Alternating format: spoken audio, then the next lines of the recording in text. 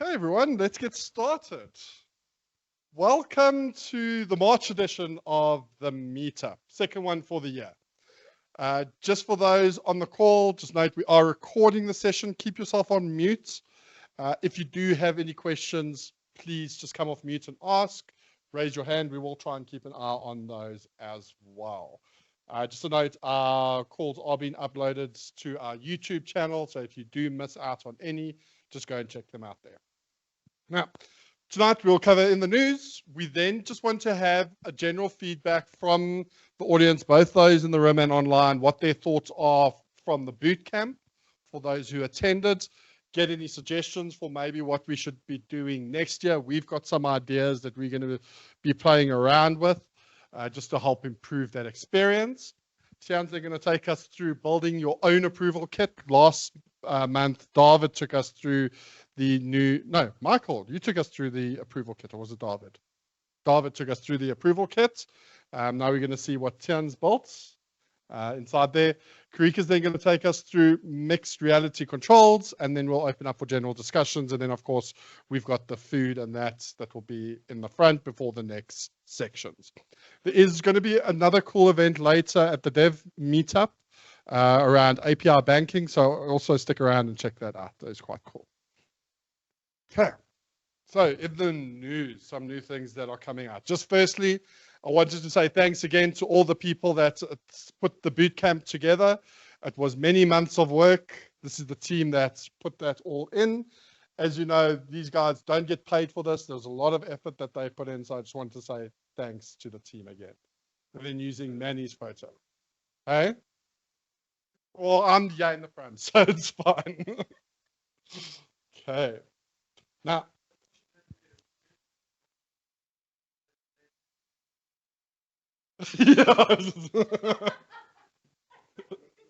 no, there's actually a joke around that. We had a facial recognition system in our center next door, and when David went up there, it picked him up as me.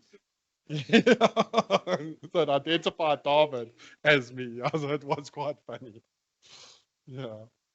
Okay, so some of the news events. Being able to access Dataverse audit logs in Synapse and Power BI is now generally available. So now you can connect your log files to your Azure Synapse workspace so that you can start interrogating and viewing them from there. That is quite nice. Drafting with Copilots in Canvas apps is now also available. So this is where you've got forms in that you're filling out that you want to help Copilot to write out the contents inside there. Just like you would inside an email or in Word, you've got that draft with Copilot section. You now can start doing that within your Copilot apps as well. So once again, just helping to speed up the process, making it easy for people to put that together inside. Yeah, this is really cool. Only in portals. Yeah, so you had the form filling in the model-driven apps. So now we're also bringing it into Canvas apps as well. So, that one's going to automatically populate with information. This one, you're going to tell it what you want it to populate. So especially if you're writing out expressions or descriptions in that, you can at least get it to complete it. You can just get that up to date and accurate. Yeah. Other exciting thing, prompt engineering is being made much easier with AI Builder. We've created a bunch of prompts within AI Builder for you to make use of. So you can start doing some of the typical tasks quick and easy. If you want to do anything around summarization, classification, sentiment analysis, the prompts are already pre-formulated for you.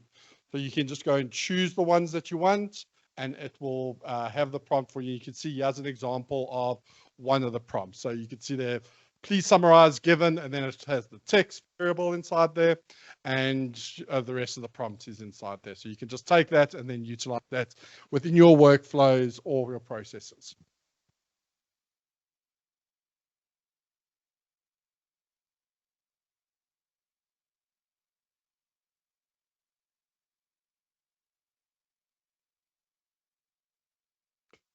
Okay. So the question online, is there a way to play with this without AI Builder credits? I don't think so at this stage. I'll double check and see, because even with dev environments, you still need some credits. You can create a trial. It's not going to work for those yet. So I'll find out about that. Okay. Next one that I came across, you can now call SQL stored procs directly in your Power Apps. So no longer needing a Power Automate flow in order to call those stored procs. You would add it in, you can see there, choose a table, and then we've got a list of our stored procedures that are available. And now you can just use a PowerFX formula expression to go and call those directly. This is going to change a lot. It's going to make things a lot more simpler to execute, and probably also end up speeding things up quite a bit. You're not waiting for the flow run to run completely. You're now communicating directly with those procs from there. Second last one, generally available for shared device mode on iOS. Previously, I spoke about the shared device mode for Android. Now we've got it available for iOS as well. So for those situations where you are sharing devices and you want to make sure you are protecting data, keeping information secure, Power Apps now does support shared device mode on iOS and Android. And then also, this one is quite interesting to see. You now have the ability to set a preferred solution in Power Apps for your environments. By default, if you were going in and creating an app, it would create it in the default environment. It wouldn't associate it with any solutions. So now what you can do is you can say, okay, my preferred solution is, what's the one that I'm busy on at the moment? A Power App create summarization. So you could have a summarization solution. Now, whenever you go and create new apps, new workflows, they automatically fall into that solution. So it's going to make it much easier to manage. I don't know how many times I've gone in, started building out the solution, then you're going to add a workflow. And then when you're looking at the solution, the workflow is not there. You've got to go and copy it across now, but everything is going to be in there by default. So that was quite nice to see. So you're going to start seeing these things popping up when you're going into your environments. It's going to ask you, what is your preferred solution? You can set it, and then whenever you create things, it will fall into there directly. Yes, per user. Yeah, so even if you and I are working on the same environment, but we've got different solutions, we can go set up our own solution for that environment. Yes, exactly. Okay. And I think that's it from the news. Anyone here, anything else that they want to talk about or they've seen that's quite interesting at the moment? Anyone online? No hands. Oh, that looks good. Okay, perfect. Yes.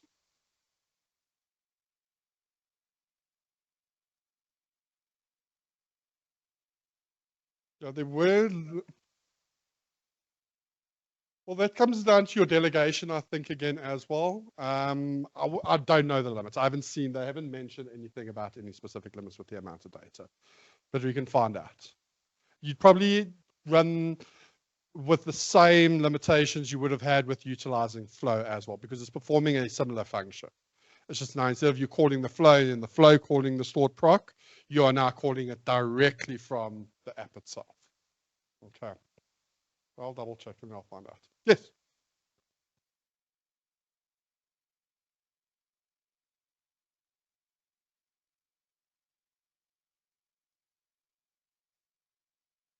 Yeah, I wouldn't see why not. Yeah, it should. I mean, that would behave as it is. Yeah. No, so yeah, that should work perfectly. It's right there. Okay. Cool beans. Let's just check. Yeah, that's fine.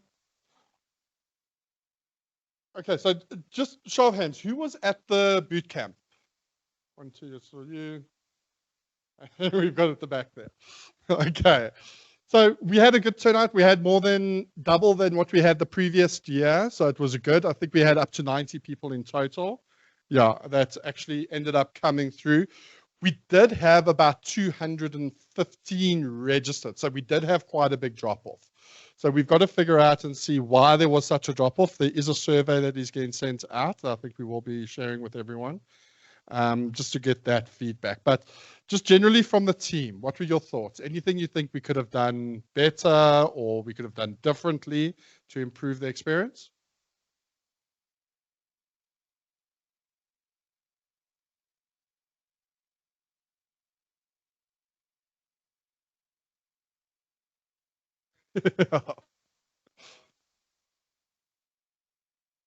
No. Hmm.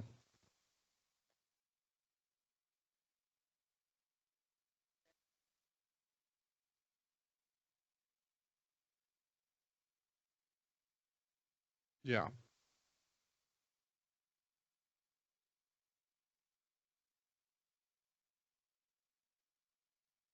Okay. So like demo stations that they can play around with and learn some things with. Yeah, okay. Yeah.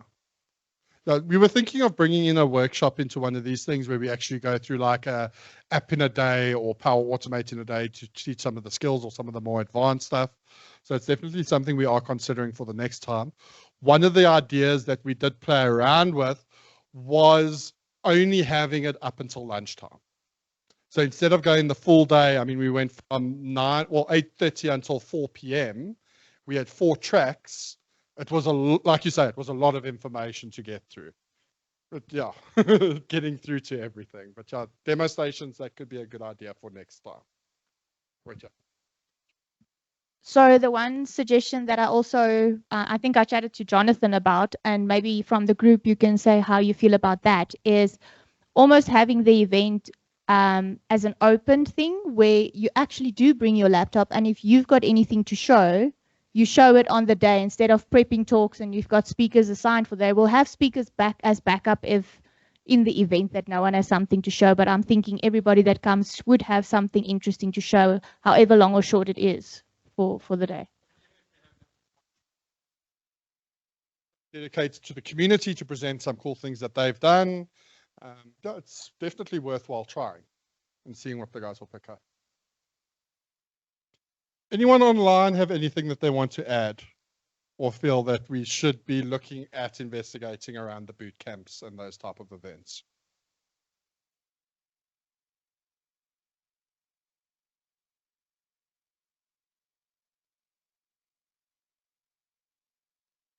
Okay, so the advertising was done. There is the worldwide global power platform bootcamp site that does a bunch of announcements. And then what we also did is we pushed it out onto LinkedIn, onto Twitter. We also shared it out internally with inside Microsoft, sharing with customers and that directly. So there was a couple of channels that we were doing it. Karika was doing all the social media stuff on it. So, but that's also, it depends on who you connected with. Yeah.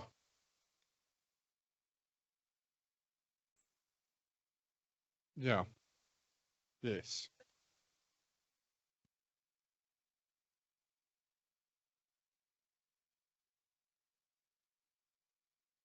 Yeah. No, 100%.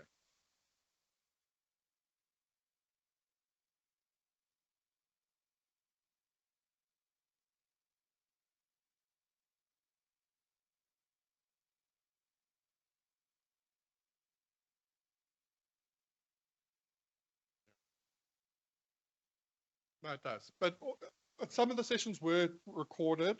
I know Odds recorded his session, and there were a couple of other people that tried to record it as well. I don't know how those came out. But I think, yeah, for next time, have that option so that we can at least record the sessions. There is some additional technology considerations that we've got to bring in then.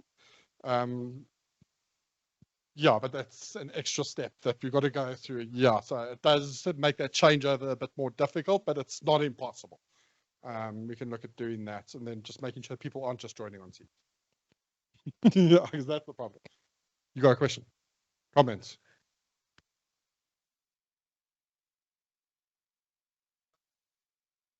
Yeah. Yeah. Okay. So the suggestion that actually came up on the day that we were discussing is registration costs 50 Rand And if you come to the event when you're busy signing in, you get given back your 50 Rand. So having that monetary loss involved in it may make you more likely to end up pitching up.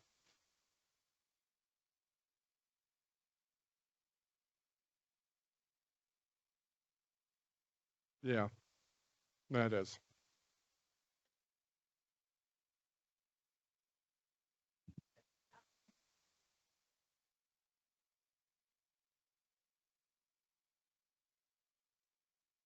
Oh, yes. Yeah.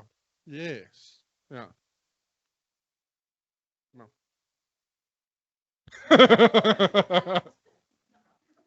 Suggestion was to start a pyramid scheme.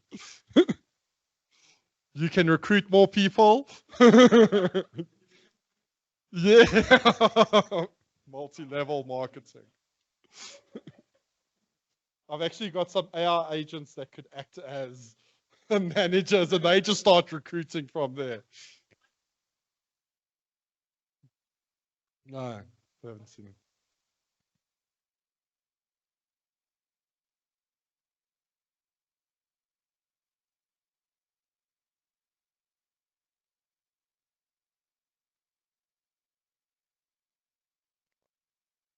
Oh, perfect. Thanks, everyone. If you do have any suggestions or there's anything that you feel we can do to help improve these events, please reach out to us, pop up us a message on Meetup.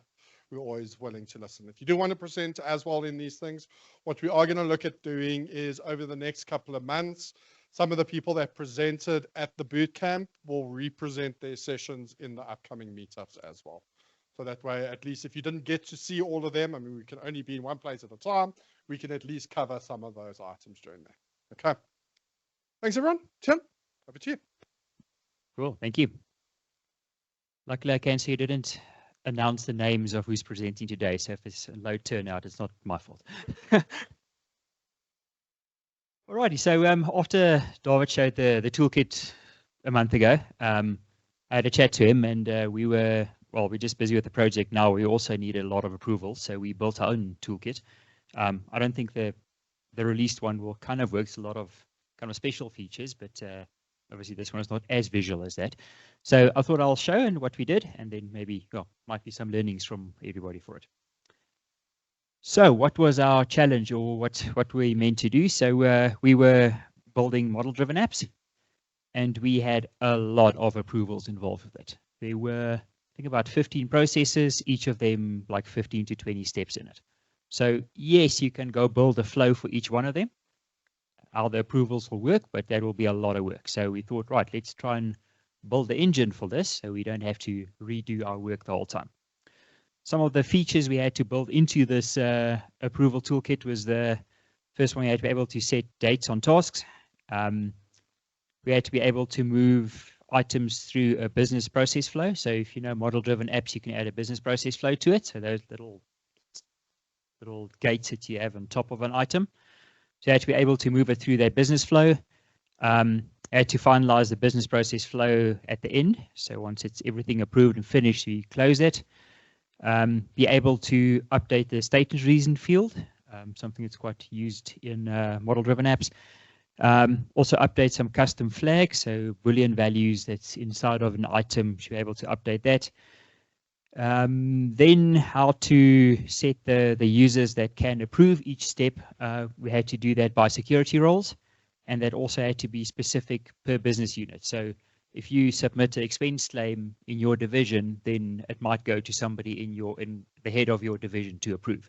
So you had to play around with a few variables to be able to assign tasks to. Then also keep log of all the actions. So this was a government institution, so obviously everything that gets approved or sent out, we need to be able to track that. And the last one was to be able to allow for tag replacement in the templates. So if I have an email going out, I should be able to replace some tags, so the item name or rejection reason or whatever. So those were a few of the things we had to build into this application.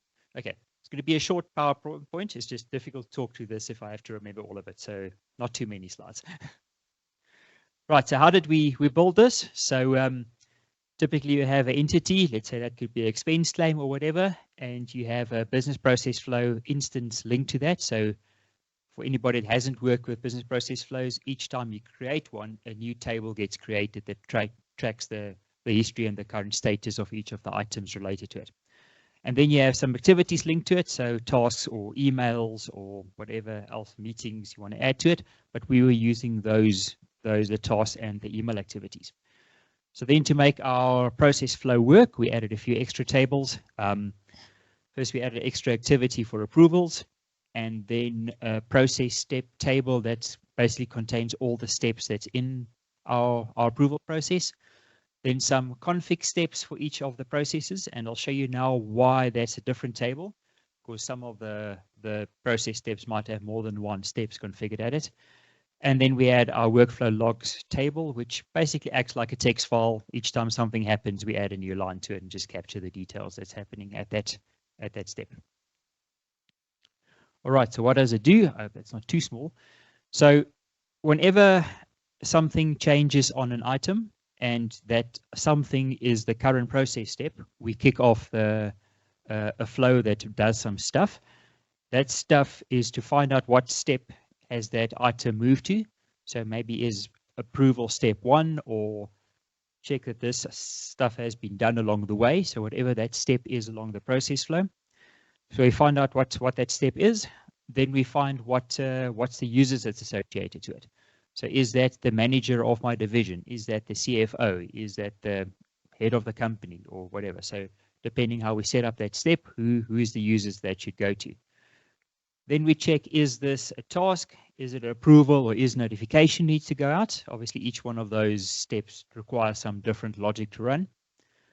Then we define what that step or that task or an approval, notification, or whatever it is should look like, and we send it out and wait for get some feedback. Then if the feedback comes, we capture that feedback. So was it approved? Was it rejected? What's the comments that came with it?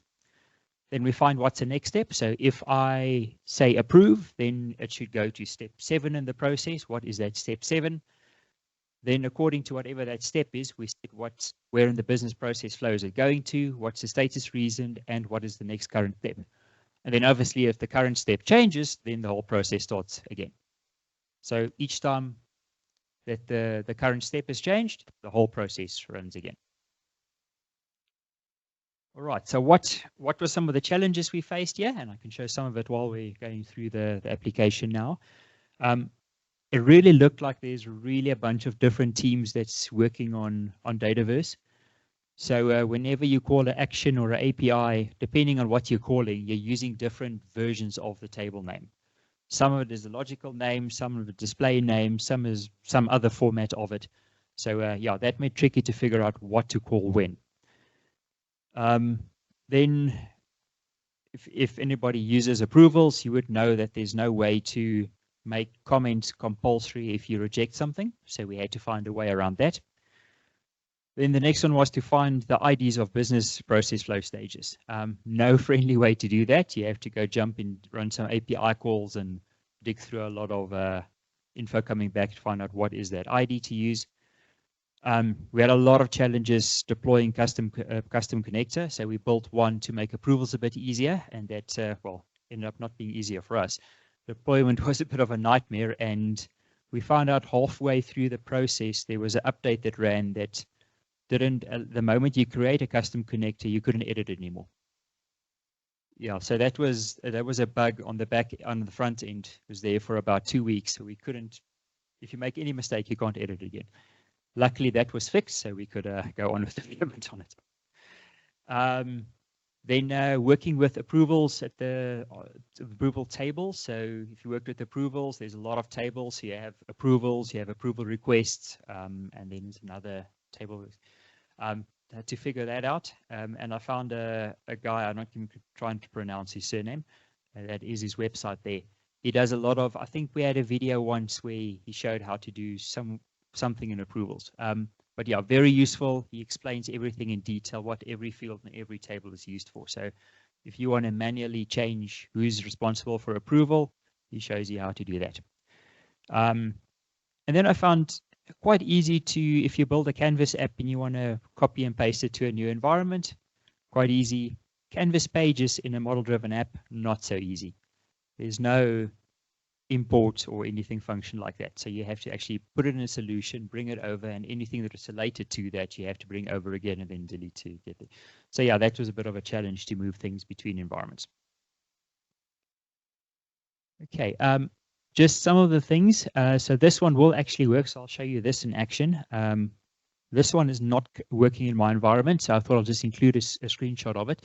So one request that we had is we need to be able to reassign approvals or tasks to somebody else, which in the approval engine, out of the box one is easy if the thing belongs to you. So if you went on leave and something's assigned to you, there isn't really a way to reassign it. So we built an app that allows you to search through all of the approvals. Obviously, this is only for administrator. So I can find approval that's assigned to me. Sorry, this is the wrong slide. It should be this one. So you can search for who this is assigned to. It will show you all their tasks, and you can select it and then say who it should go to. And that will then in the back end change the entries in the table to allow that to go to somebody else to approve. Alrighty, and that is the end of my slides. So now we can go into showing some stuff. All right, so like I mentioned, this is a model-driven app project that we had. So everything we built in there. I'm a Canvas app dev, so this was a bit, yeah, getting used to. There's a lot of things you can't change when you want to change it, but yeah, you find ways around it. Right, so this is our configuration site. This is how we set up our process. So I set up an expense claim process here. You can see there's 6 steps, well, 2 of them are end state, so there's 4 steps in our process. So how I set them up, and from this you were able to kind of figure out what's involved and how the process engine works. So in our high-level steps, I can just give it the process that it's related to, give it a nice name, and I found if you have numbers in the front, it just makes it easier to figure out where in the process you are. To be able to manage our business process flows, we had to somehow specify what the instance table is called. I couldn't find a way to just easily find that from the table or from the entity you're working with, so we specify, this case, it's expense claim process, so that's the internal name that we're going to use. Then what stage inside the business process flow is this step at? So then for that, we had to go find the GUID, dig through some API calls to find it. So this is the one that it will highlight once you hit this stage, or once this step in the process. Then we can set if this is the final step in the business process flow. So if it is, then finalize it. In this case, it's not, it's only the start. And then what is the status reason that will be set to once you hit this step? So if I hit this step, this one is very easy. There's only one type of thing we configure inside of it. So what can we set there? Again, we give it a name. It's related to a certain process step. We can do some delegation. So the next step has delegations in it. So I'll show you how that is set up and running. You can select a role. So I've configured a few roles in here. I've also decided to build in some other options so you can select the owner. So the owner of that entity that you're working with, it will make that the owner of this step, or some direct user assignments. So if there's a specific person that has to work on this item, you can create a field and assign the person to that. So there's made an allocation for 4 different users you can assign, and then security groups that you can set up. So I've got a chief financial officer and the head of department, and as you can see, it's been set up as security roles, and my user is assigned to those roles. So whenever it hits that, it will go to me. Right, then I can say what is going to be sent out at this one. So I'm going to replace item name with whatever the name of the item is, and the rest of the title is whatever I put in here. So what I mentioned, some text replacements, and then what is the body of it. So please do this to complete the step. And you can also specify how the person has to complete it. So this one day will be added to today to become the due date. We also added some logic to exclude weekend days from it. So it's only, I can show how we built that. Sorry? No. So we added the option for that to the client. So right, we can give you supply a list of all the public holidays. Obviously, we can only do the first year of that. and then it will include that. And the customer said, no, we're not going to maintain that. So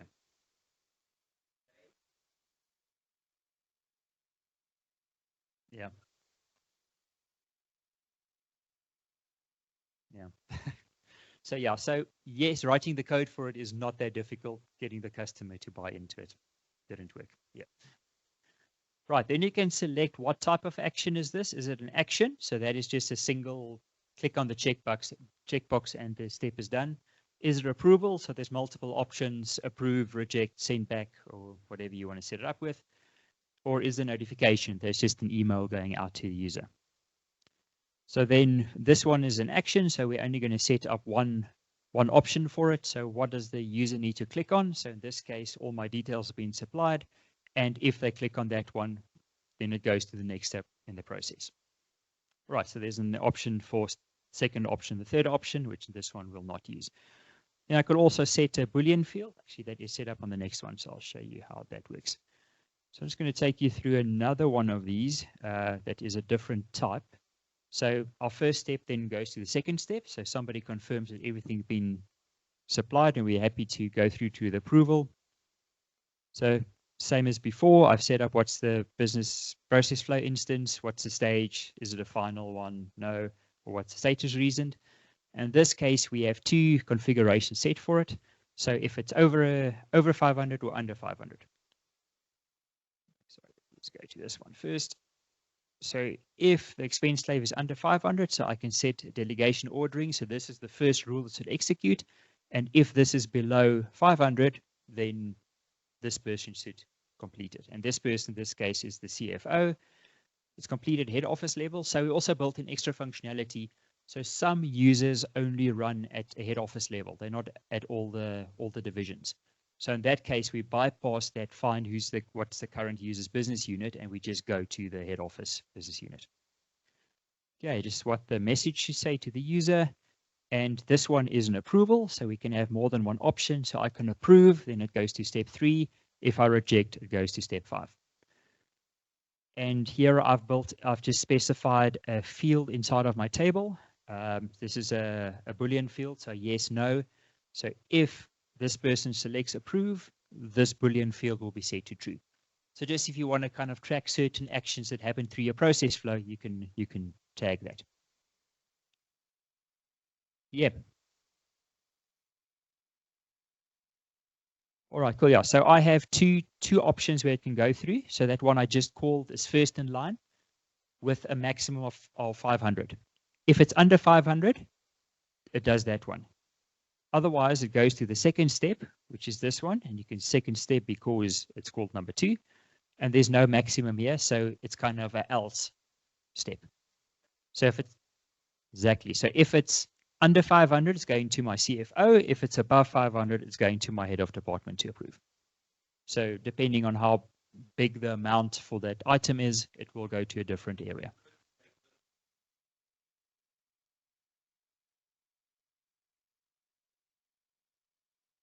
Yeah, so some of our approvals that we've built had 7 different people or roles that it could go to, depending on the amount or how the amount is. Yeah.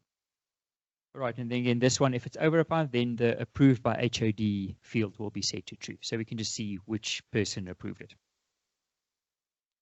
Okay, and then the last type of item I'm going to show you is just the notification part. So just the general step setup is the same, but if I go into the config part, this one is now a notification. There's no next option available because it happens automatically. And if it's done, it goes to step number 4, which is my approval complete. And it just specifies what is the title of that email and what's the body of it that goes out. Right, so we've basically set up our process to have an initial check, then an approval. If it is approved, notification of approval is sent, and approval completed, kind of that's our end state. Or if the approval is rejected, then it goes to 5 to send a message that's rejected, and that approval goes to the end state of rejected. All right, so let's hold thumbs and see how this works in action. So I've created just an entity here for expense claims, and we can go and create a new one. So let's just say What are we claiming for?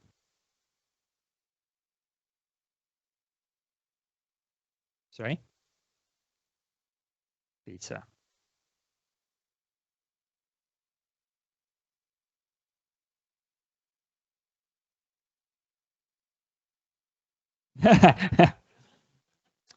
Right, so we said there's a delegation above and under 500. So let's say we are going to eat a lot of pizza. So it's 500 Rand of pizza. So obviously it will pick up that I'm the owner and it will populate with my business unit. And I just have some locked fields here just to show how it goes through. So if it gets rejected, whatever comments I log will be shown here. And then this approved by CFO or HOD, that's that Boolean field that I spoke about that will be populated as we go through. You can. So that will just be part of a normal model-driven app bot. So we didn't add that. So yeah.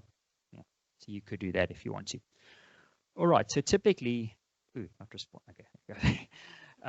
So typically we'll have something running in the background to say, if you create a new one, then set the first step in the process to kick it off. But I'm just going to do it manually just to demo what is actually happening in the back end.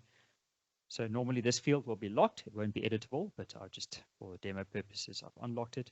So it's going to go to our first step, which is confirm that everything has been supplied, which will go to my CFO, which in this case is me. So it should go to me.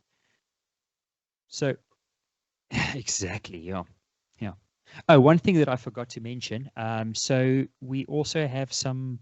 So for each entity that we create, so I've just created this solution. So I have my entity of expense claims.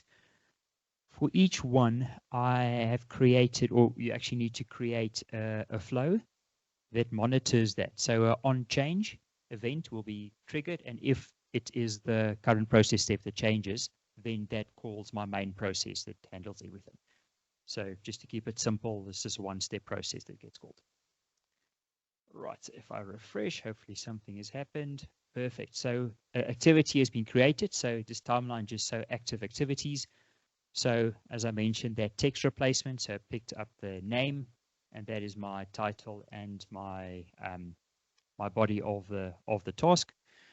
So if I go to normal out-of-the-box approvals and I refresh here, I should see that I've gotten a new task to complete. And there we go, that's my task. But we don't always want users to come here, so you also get an email which you can go to.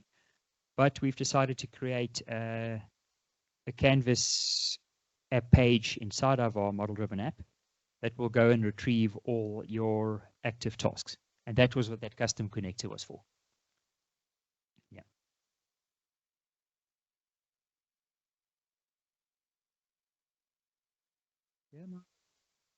All right, so there's all my open tasks, and there's the one that was just created. So because this is a task, there's only one option, so you can't obviously have multiple routing because it's just a task, and I can go and complete it from here.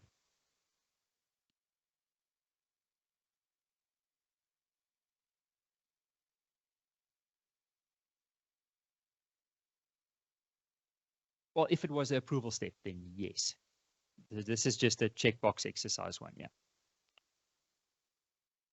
All right, so because I complete the first step, it now goes to the second step, and I just take a moment for the flow to run and create my new tasks for me. There we go. So now approval step has been created. It is above 500 Rand, so it will go to the CFO. So let's do this one through here. Refresh this one.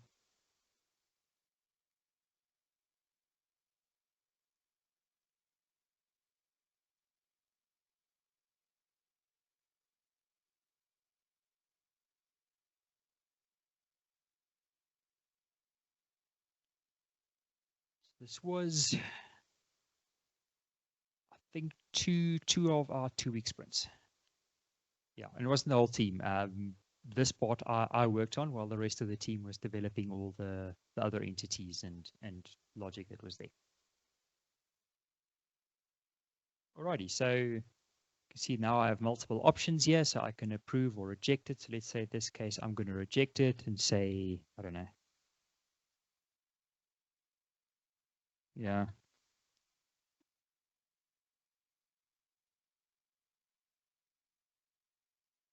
Yeah.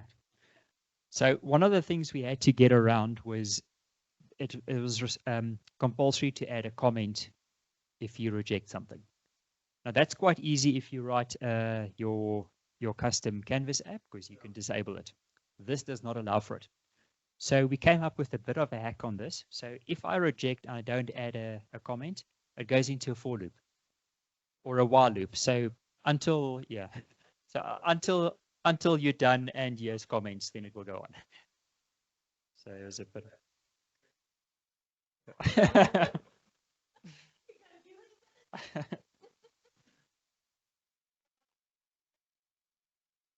Sometimes you have to find hacks around it.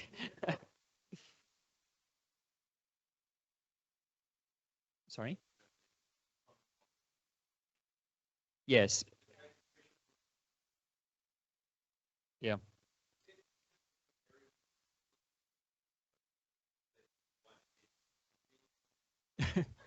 Yeah. Yeah, that's a definitely option. Yeah. All right. So this one, so it gone to our notify requester of rejection. And obviously you can see here's the comments that I've added to it. So you can replace, and it will also populate a field if you reject why that has happened. And this will then hopefully go through to our end state, and then it's completed. So you would have seen it went through different stages and we got to the last one and finished off the process. Right. So that made initial effort was a bit there to build all of this. But as I mentioned, we did this, it was 15 processes that I had to build. By the second one, I think we already made our time back on it. So yeah, very, very efficient way. And now we have it for the next project. So, right. Any questions? I mean, I'm not going to go dig through the back end of the flow. There's a lot of steps in there. So if there's anything specific anybody wants to see, I can show that. Or any questions?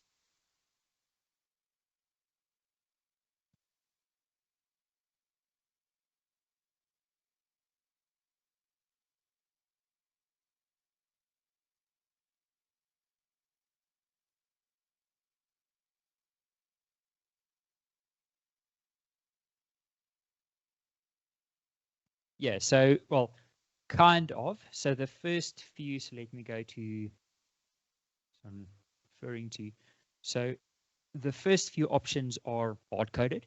So an owner, the logic will go find the owner of that entity and the step should go to him. So typically, if let's say there's a approve or send back for more details, the send back to details would go back to the owner to give more details. Then these 4 users are hard-coded users. That is a certain field that you populate. So if there's a specific admin clerk that's assigned to it, you can assign that field and it will go to that person.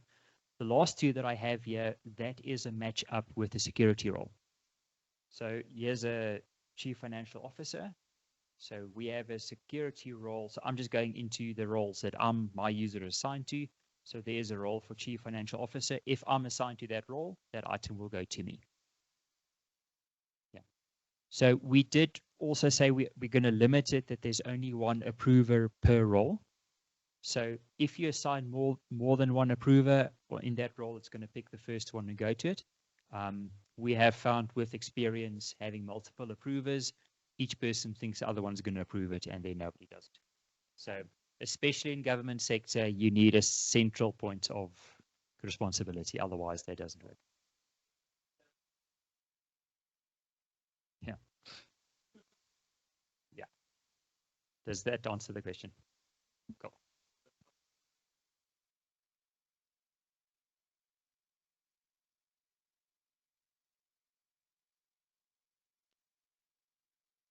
Yes. So obviously a security role gets created for each of your business units.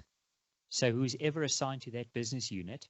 So for this item, I'm just using the root, but that could be business unit 1, business unit 2.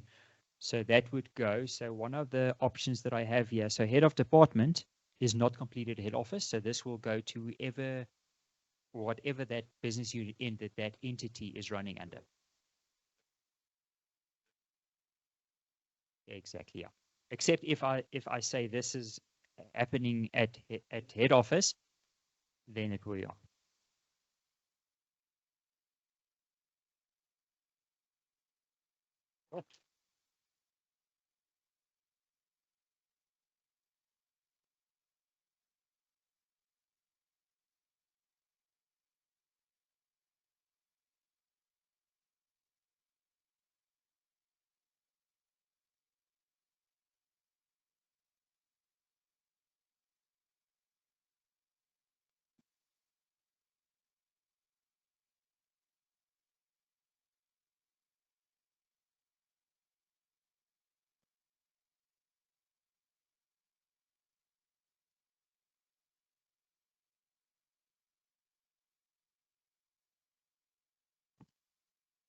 Cool.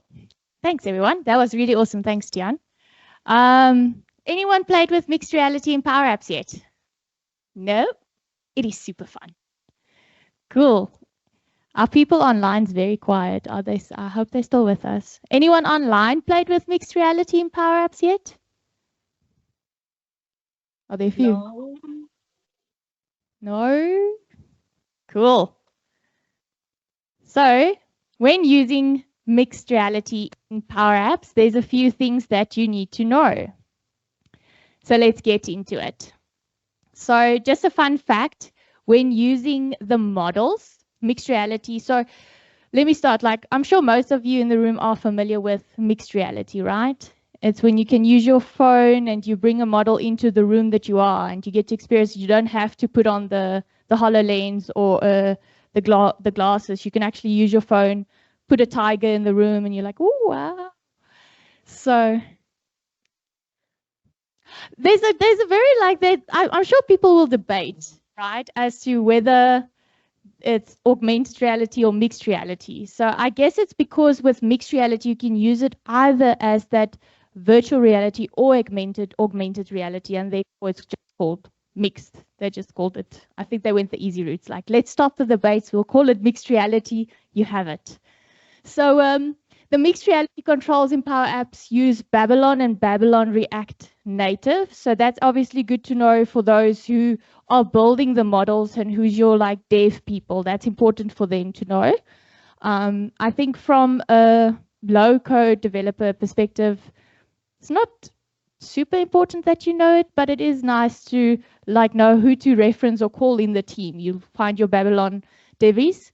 So if it works in a Babylon sandbox, it will probably work in Power Apps. Okay.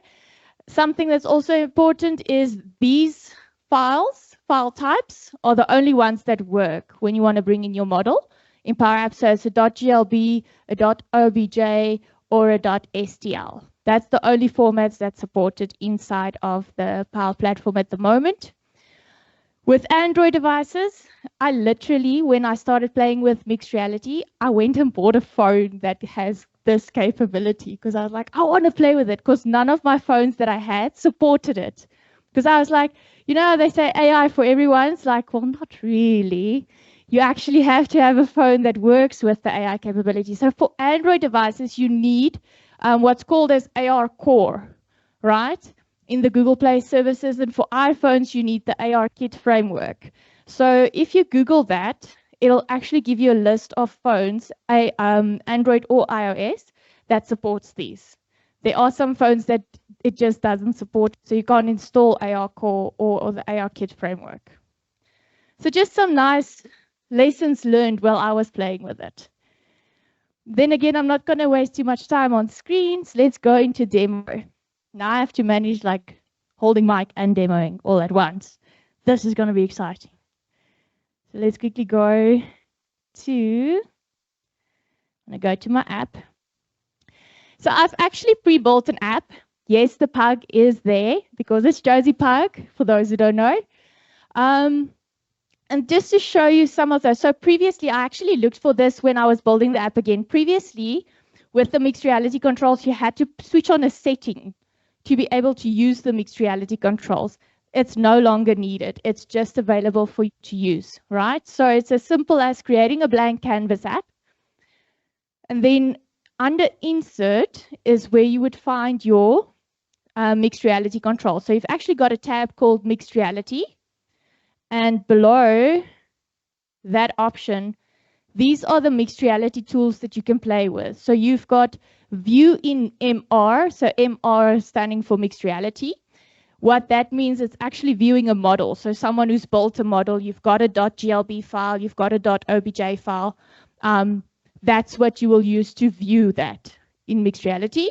Then you've got view shape in mixed reality. So this is where you actually predefine a shape. So you put in some like the width, the height, the depth, and you can place that shape. Because maybe, let's say you're buying furniture or you want to go to a hardware store, and you're like, I know the dimensions. I'm actually looking for something that fits the dimension. That's how you can play with that. Then you can also measure in mixed reality. So this is very helpful if you want to take some measurements just with the eye. Maybe you don't have a measuring tape with you. And then we've got markup in mixed reality. I actually haven't played with that one yet. Besides the mixed reality components, you've got some components sitting under the media tab as well, just for mixed reality. I personally don't know what the difference is between the measuring camera and the measure in MR component. I actually don't know what because for me they do exactly the same thing.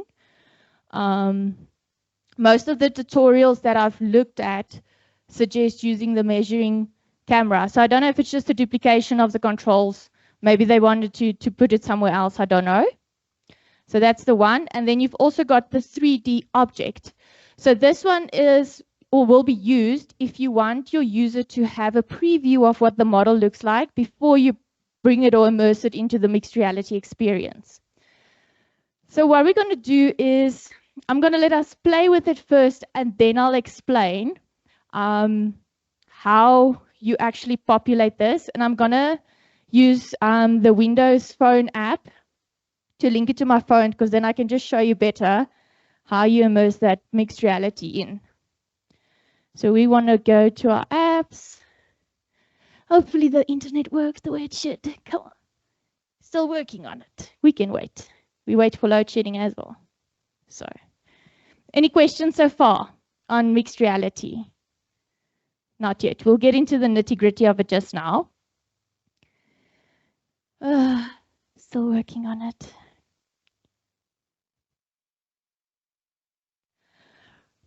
I'm not 100% sure, but from the looks of what I've tested it with, it is pretty accurate. Like I wouldn't say it's 100% accurate, but I would say in my personal experience, it's about 80% there.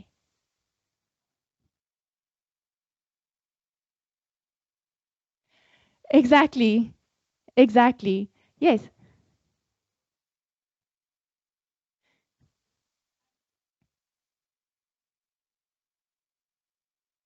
Oh, so it's not a paid version. It's not the thing that's paid. It comes with your device. So in iOS, I'm assuming you get it from the Apple Store. I don't know those Apple users.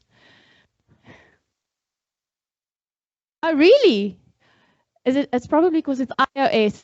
Yeah, Apple users. I feel for you. Sorry, I do feel for the Apple users. For Android, we don't pay a thing. Switch to Android, Bill. Okay, so let me just try this again. While it's connecting, I'm actually going to take you through the code then first, so that we wait for this to load. Which one was it? It was you. Cool, so just while that one is busy loading, what I've done is these are just plain buttons that I can navigate my screen, so I'll just navigate. So let's go to view shape in MR. So when you choose view shape in MR, you get this button called place a cube, right? So what this does is from the property section, it gives you obviously the normal properties that you are familiar with. You can change the text, you can even change the icon if you want, color. But this section here is the most important section, right? You need to specify the shape, width, the height, the depth, and the unit of measurements. By default, this is in meters, and those are normally defaulted to 1. And then you can either enable shadows or enable a marker detector. So the marker detector is nice. I'll show you when we get to the practical, is when you'd want to place an object in the room that you are, it needs a flat surface for it to be as accurate as possible, right? So if you've got something that's like slightly elevated or at a slant, it can become wonky. It then makes interesting things to bring that mixed reality element onto the screen. So this puts a marker down. So that's actually quite nice. So what I've done is I've actually built in fields where you can allow the user to decide what measurements they want. By default, it isn't. It's actually just dealt with through the app. So you would make those fields available. And then obviously for this cube, you would populate the values. So for instance, if I go to the shape depth, it gets the text that I've specified in my depth text box. And then also I've made a drop down. So I've just populated the drop down with the options that I know is available in the units of measure. So it can either go in meters, centimeters, feet, or inches. Okay? Cool. And then let's start now. Hopefully the demo will work because then I can show you stuff. Let's quickly see. Yeah. Cool. I'm just quickly going to switch to my phone.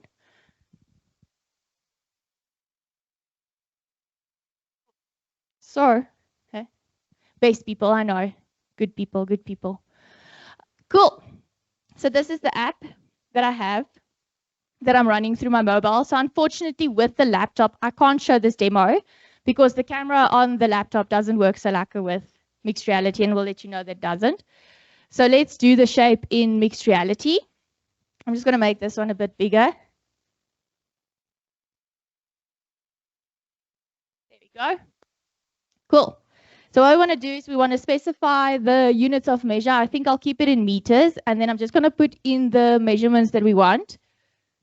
So let's just make them one.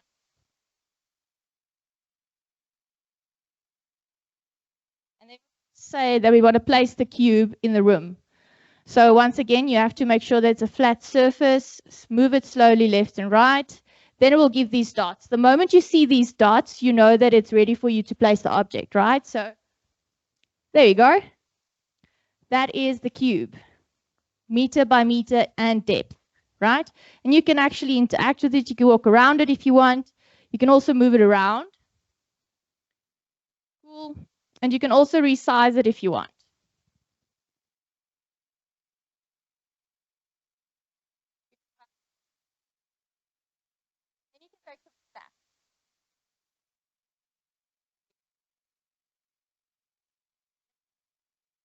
So what we'll have, what I also built in is a gallery. So when using these mixed reality controls, when you saw where you do the snaps, the photo, it actually stores it in dot photos. So you would use the whatever the place a cube controls called dot photos to get access to the snaps that has been taken.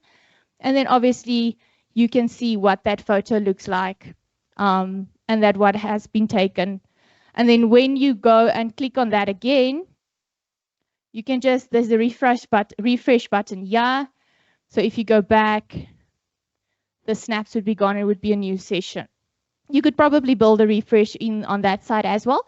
And then obviously with the snaps, what you could do is save it to like a OneDrive, a SharePoint, whatever you need to do with those photos. That's where you can save it. So in mixed reality, it's used a lot for your stores, like furniture stores. I know IKEA overseas uses this a lot. If they wanted people are considering buying a coffee table, then they see whether that fits in the color of their room, whether it fits in the living room, and then they can buy it, right? There's also when people want to buy big hardware, they can also use these mixed reality controls using that. So that's the view shape in mixed reality, which is exciting, but it's not exciting as viewing like actual models, right? So I didn't build in this one a 3D model viewer. I'll show it in the next app. But what I have built is a list. So what you could also have when you do the model is you can have a list of options.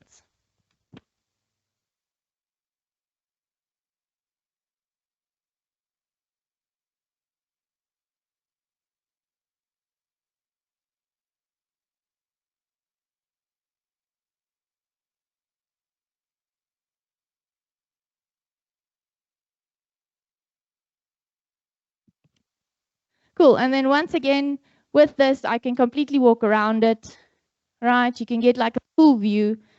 So this is the type of model that needs to be in the .glb, .obj, and .stl. You've obviously got your team that gets this. And then, yeah, you can take some snaps. And then once again, if you go back, you can view them in a gallery, right? So, oh, it's because I went to, there you go. Sorry for those on call for the portrait view. That was horrible. Cool. So there you get. That's the whole idea of mixed reality, right? It's bringing something in the room that does not yet exist, but you can see the potential. Yes. I could. What it would look like.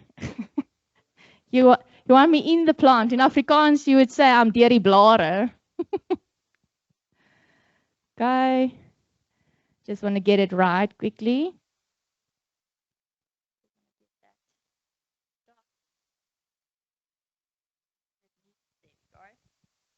Sometimes it takes a bit of time. Let's use that one. Replace it, yeah.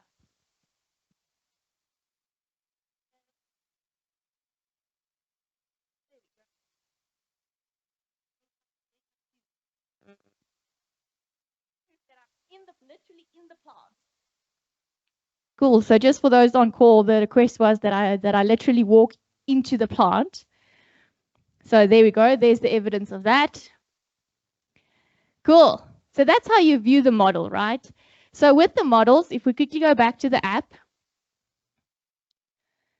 you can also specify. So let's just go to the model screen.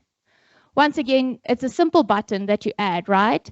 And once you have that button, there's some values that you need to populate. So you need to populate the source, and the source is normally a URL, or it can be an actual file of where that .glb, .obj, .stl is sitting. In this instance, to get that list that I have when you actually click the button, you populate it in the advanced properties, where you actually have an items property, and you can specify a table. So this is something that you can either do, you can build it as an external connector, like it could be an Excel file that has these details. It can be a SharePoint list, you know, a SQL database table, as long as it's got a label, the source, and the thumbnail, then it will show the model appropriately. And then obviously once you've specified the items, you need to just make sure that your items label is getting the label property, and then your thumbnail reads from the thumbnail property as well as your source. And then something that I've learned also is you've got your object default width, height, and depth. If those are not specified, it will use the actual object. The way that the model was built, it will use those sizes. The moment you start specifying one, it actually, there's a whole calculation, which I read through it and I was like, So, but the moment you start playing with that and specifying it, it kind of like halves and it gets the average and all of that. So it still remains, you don't get like this wonky, like skew plant. It tries to maintain the form of it as much as possible. Exactly. It's literally that. It's keeping that. So yeah, so you can specify it. Once again, it's got the unit of measures of measurement, but I would not play with that, right? So when the people developing the model, they create it in the size that it needs to be. It gives you the best real-time size.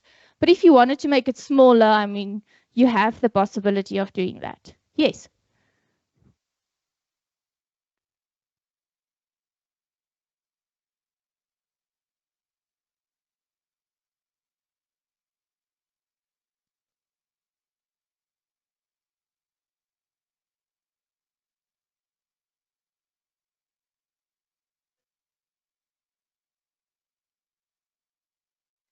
So the question is, can the source be in the app under the media section of this?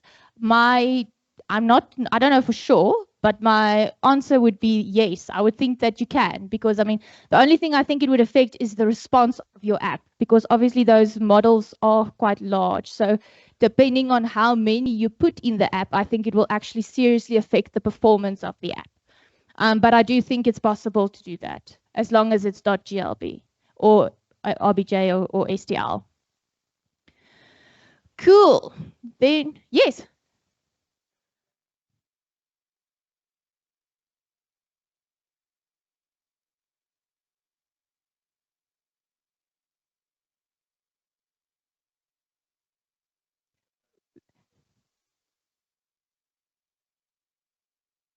Mm. 100%, 100%. And I can understand that there's a need for that. At the moment, it doesn't work. So at the moment, you can only place one model, interact with that, and then you would have to use the next one. But that's a great idea. Submit it on the ideas forum. That would be so cool. Hopefully Android doesn't make us pay for the AR core thing then. Cool. So yeah, that would be a great question. I know there's obviously very expensive tools out there that does allow for that. I think this is just getting into the space of if you need something quickly. This is was very helpful. The mixed reality components was very helpful during the time of COVID, where hospitals were planning how to lay out the beds inside of certain rooms, and they actually used mixed reality and Power Apps to help them decide how the layout would work. So it's been very helpful in that instance. The last one I want to show is just the measure in MR, so which is mixed reality. So let me just go ahead and share that screen again. Cool. So for measure in MR, it's kind of self-explanatory. But what's nice with this one is the measurements you take, you can also get the data, collect the data from that. So you can collect the photos as well as the measurements. So let's go ahead and do that. So once again, you've got your surface. You have to wait for the dots. There we go. So let's try and measure the tile in here.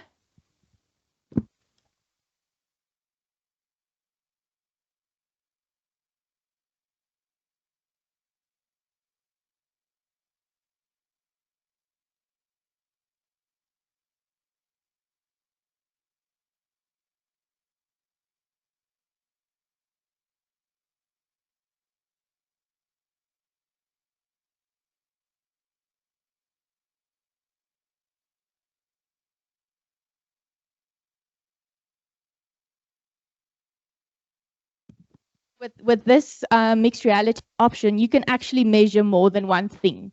So it would just make sense that with the view the model that you can place multiple objects, but I don't think they've reached that level yet. So now I can go and maybe let's measure the chair if it allows me.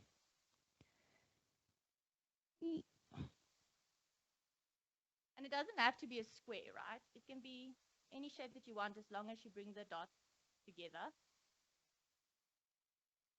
So that's a very bizarre shape, but there we have it.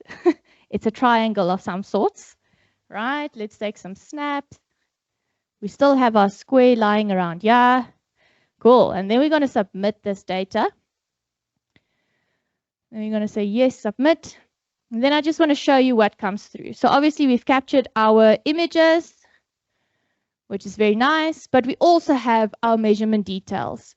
Right, so if you like thinking of jobs where people are maybe carpenters, they're working in a kitchen, they need to like send pictures through and measurements through, this would be a great way to do it, you know. Instead of having to capture, they just measure and it captures already. How accurate it is, I don't know, so I wouldn't like completely, else you might get a cockeyed kitchen. Yes, yes.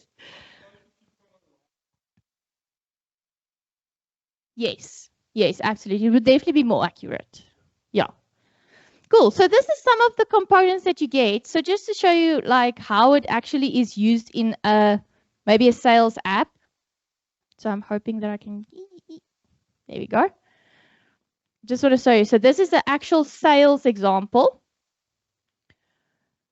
This one doesn't look too bad. There we go. So let's start a new sales session. So this is that 3D object view. right? With this, you can actually view the models before you show them in the mixed reality space. And then when you select it, it loads the 3D content. And with that, you can actually resize it. You can go around, see what the model looks like.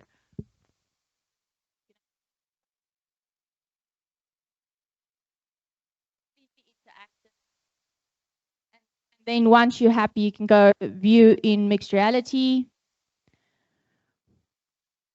So let's just get those dots.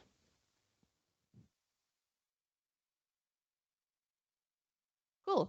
And there I've got my, whatever that is. It looks like a coffee stand, coffee display stand. Sorry, my English was depleted there for a moment. My English dictionary ran out. Cool. And then very simple, once again, you've got access to the photos. And then if you go to the gallery, you can view the photos that you've taken. So it's a very, very cool way to play with mixed reality components in the Power Platform. So I'm just quickly going to jump to my slides, back to my slides. So I'm going to ask yourself, are you excited yet? I was very excited, but if maybe like Van, you're like, yeah, it's going to take a bit more than that to impress me. So there is something more. Before I show the next slide, there's actually in the Dynamics 365 space where this really becomes very exciting. It's called D365 Guides. So this is where they really take it to the next level, where they can show people like working on cars, mechanics, which part goes where, all while wearing the HoloLens. It is absolutely exceptional. It gets me very excited. So with that, I'm going to show you this video. Hoping the sound comes through on the Teams.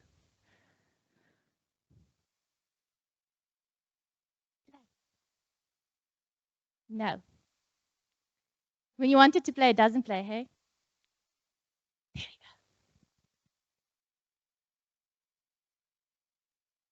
go. This is work. So, Mike. We're giving eyes and ears to AI. So the world becomes your prompt and your interface. This is work. Working. These are thoughts happening. Hey, good pilot. Plans populating. Copilot, when was this last replaced? Information gathering. Instructions guiding. Schematics aligning. People connecting. Problem solving. Copilot? Hey, Copilot. Copilot. This is confidence growing. Eyes widening. These are questions. I just finished Copilot. What's next? Rotate the engine block 90 degrees. Questions the way you ask them.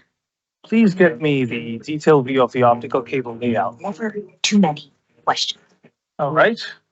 Let's highlight the relay switches. Go ahead. Keep asking. It's in position. What's next? Keep learning. The hydraulic filter was changed 6 months ago. Okay, can you pull up a service record? Copilot, what's the tolerance of this locking ring? Here is a copy of the last service record. The tolerance is 9,000th of an inch. Remind me where this fits into the assembly.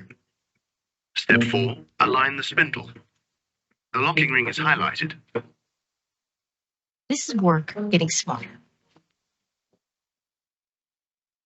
This is work working better. This is work working.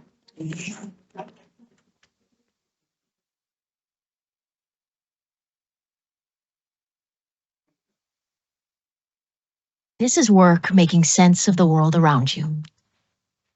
Copilot, let Ruth know that I'm finished and close out the work order. This is AI for the front line. Exciting stuff, eh? It gives you goosebumps because the possibilities really, really are endless.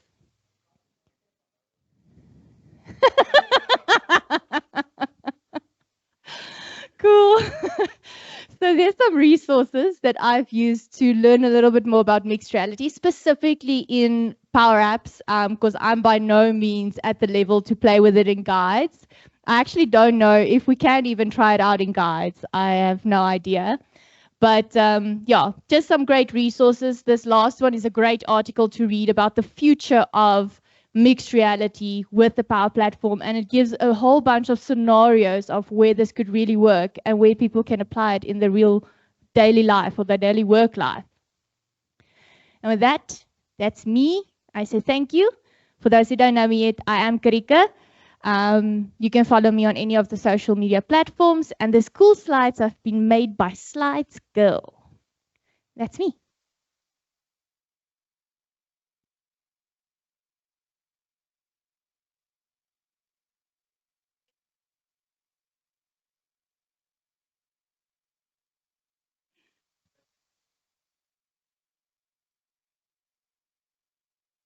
Perfect. Thanks, Karika. That was awesome. Yeah, I'm going to be playing around this evening with that and see how I can take my 3D models for my printer and bring them in, because they also use STL. Yeah, so I can see what that looks like. I design it, look at the view before I print it out, and then see. So I want to test that out and see. Yeah. Okay, any questions, comments from anyone? Perfect. Thanks, everyone. Appreciate your time tonight. I look forward to seeing you next month. Have a great evening, everyone. No, it's too early for that. I know we're going to get someone from that presented at the boot camp. One of those sessions we will have on display next month, but we'll probably finalize that in the next week or so. Okay, and then we'll let everyone know. Yeah, because it's Easter at the end of March. No, Easter weekend is the 29th of March. Yes, yeah. I know I'm going away that weekend. So, so we will have the second weekend. So it will be the week back after all the public holidays. Yes. It will be a bit earlier next month. Okay. Yeah.